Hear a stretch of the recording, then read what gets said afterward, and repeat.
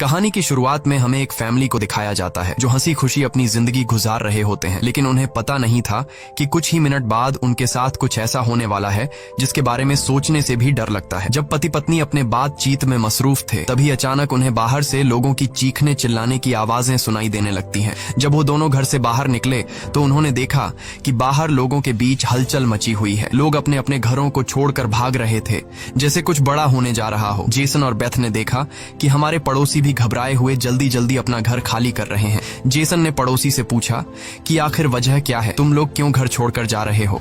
लेकिन वो लोग इतने जल्दी में थे कि उन्होंने जेसन की बात का कोई जवाब नहीं दिया। वहीं उन्होंने देखा कि पड़ोसी का बेटा भी अपना सामान पैक कर रहा है। जेसन ने जब उस बच्चे से पूछा कि तुम लोग कहाँ जा रहे हो, तो उस बच्चे ने जवाब दिया कि मेरे पापा का एक दोस्त गवर्नमेंट ऑफिसर है। उन्होंने कहा कि एक बहुत ही जहरीला वायरस फैल चुका है जो एक नॉर्मल इंसान को मॉन्स्टर में बदल देता है। लेकिन तभी वहाँ उस बच्चे की माँ आ गई और उसे पकड़कर वहाँ से ले जाने लगी। जेसन ने उससे पूछा कि आखिर ये बच्चा किस वायरस की बात कर रहा है, जिस पर इस बच्चे की माँ ने कहा कि अभी बताने का वक्त नहीं है, अपनी वाइफ और बेटी को लो और इस शहर से जितना हो सके दूर निकल जाओ। ये सुनकर जेसन और बेथ बहुत ज्यादा घबरा गए। उसके बाद जेसन बिना सोचे समझे अपनी फैमिली को गाड़ी में बिठाकर शहर से बाहर ले जाने लगता है। मगर रास्ते में उन्होंने देखा कि जो पड़ोसी भाग रहे थे वो वापस लौट रहे हैं। ये देखकर उन्हें और भी अजीब लगने लगा। आगे जाकर ये लोग ट्रैफिक में फंस जाते हैं। जब जेसन और उसकी फैमिली गाड़ी से बाहर उतरे तो उन्होंने देखा कि शहर से बाहर निकलने वाला अकेला रास्ता पुलिस ने बंद कर दिया है। आसमान में यहाँ वहाँ हेलीकॉप्टर्स पहरा देने लगे। लोगों को बताया जाने लगा कि शहर में एक जहरीला वायरस फैल गया है और तुम लोगों को जल्दी से घर वापस लौटना चाहिए। ये बात सुनकर जेसन को कुछ अजीब लगा कि जब शहर में वायरस फैल गया है तो लोगों को शहर से बाहर निकालने के बजाय उन्हें शहर में ही क्यों रहने को कहा जा रहा है। तभी अचानक पास की पहाड़ से एक बड़ा सा पत्थर उनके कार पर आ गिरा। ये देखकर वो लोग बहुत ज्यादा घबरा गए। पहाड़ हिलने लगा। तभी उस पहाड़ के पीछे से 2 मिलिट्री के फाइटर जेट्स निकलकर शहर की तरफ बढ़े। वो 2 फाइटर जेट्स पूरे शहर पर बमों की बारिश करने लगे, जिससे पूरा शहर राख में बदल गया। जेसन की वाइफ बेथ को फौरन समझ आ गया कि अगर वो पुलिस की बात मानकर घर लौट जाते तो उनका अंजाम बहुत बुरा होने वाला था। उसके बाद वो फाइटर जेट्स सड़क पर मौजूद लोगों की तरफ बढ़ने लगे। ये देखकर सभी लोगों में हलचल मच गई। अब सबको समझ आया कि गवर्नमेंट उन्हें मारना चाहती है। सभी अपनी जान बचाने के लिए यहाँ वहाँ भागने लगे, पर जेसन और बेथ को समझ आया कि वो कहीं भी भाग लें, वो फाइटर जेट्स उन्हें मारकर ही रहेंगे। तभी बेथ ने पीछे मुड़कर पहाड़ पर एक स्कूल देखा और उसे लगा कि बचने के लिए वो जगह बेहतर रहेगी। जिसके बाद जेसन, बेथ और जोई को लेकर स्कूल की तरफ पहाड़ पर चढ़ने लगे। पीछे ब्रिज पर मौजूद लोगों पर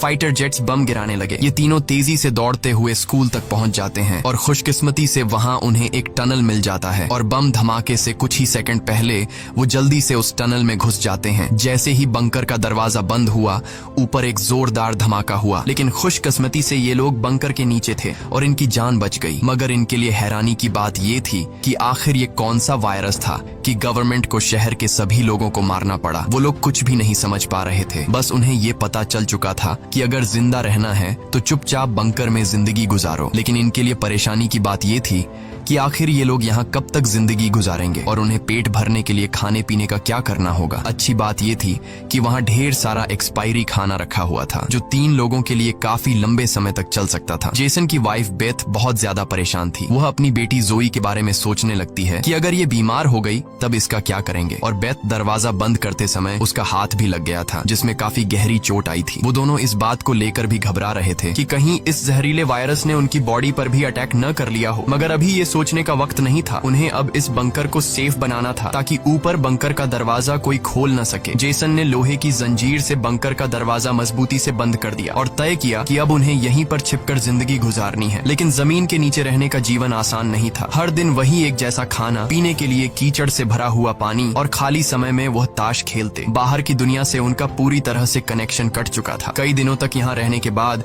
वो लोग बहुत ज्यादा इस बंकर में तंग हो चुके थे। लेकिन वो क्या करते? अगर ऊपर जाते तो उनकी जान नहीं बच पाती। इस जीवन ने जेसन के परिवार को मानो इस दुनिया के अंत का एहसास दिलाया। जोई ने अपने पापा से पूछा, पापा हम यहाँ कब तक रहेंगे? जेसन के पास इस बात का कोई जवाब नहीं था। उसने अपनी बेटी से बस यही कहा, जब बाहर वायरस चला जाएगा तभी हम बाहर जाएंगे। वो अपनी बेटी की आंखों पर उंगलियां रखकर बाहर की दुनिया उससे इमेजिन करवाता है। इस तरह से दिन गुजरते गए और फिर महीने। उन्हें नहीं पता था कि बाहर निकलने के इंतजार में उन्हें यहाँ इस बंकर में 300 से भी ज्यादा दिन गुजर चुके हैं। जोई अपनी माँ की बनाई हुई पेरिस्कोप से बाहर की दुनिया को देखती है। बाहर चारों ओर बस तबाही का मंजर नजर आ रहा था, जैसे ये पूरी दुनिया जलकर राख हो गई हो। वहाँ किसी भी इंसान का नामो निशान तक नहीं था। ये सब देखकर उस छोटी बच्ची को लगने लगा कि शायद हम इस दुनिया के आखिरी बचे हुए लोग हैं। माँ ने उसे दिलासा दिया कि तुम ऐसा मत सोचो, शायद तुम्हारे दोस्त भी हमारी तरह कहीं छुपे हुए हों। अब रात हो चुकी थी और डिनर का समय हो चुका था। उनके पास अब खाना भी कम बचा हुआ था, इसीलिए वो तीनों थोड़ा सा खाना खाकर काम चला रहे थे। लेकिन आज जोए की जिद पर उसे पूरा एक कैन का डिब्बा दिया गया। जोए ने जब टिन का डिब्बा खोला तो उसने देखा कि टिन का डिब्बा अंदर से खाली है। इस डिब्बे के पीछे की तरफ एक छोटा सा छेद था, शायद कोई चीज इसमें से खाना चुरा गई थी। बेथ ने सारी बची हुई डिब्बों की जांच की तो पता लगा कि पूरे 12 डिब्बे खाली थे। ये देखकर वो बहुत ज्यादा परेशान हुए, क्योंकि ये तो उनके 2 हफ्तों का राशन था। बेथ ने वेंटिलेशन जाली की तरफ देखा और अंदाजा लगाया कि शायद कोई चूहा अंदर आकर खाना ले गया। बेथ ने कहा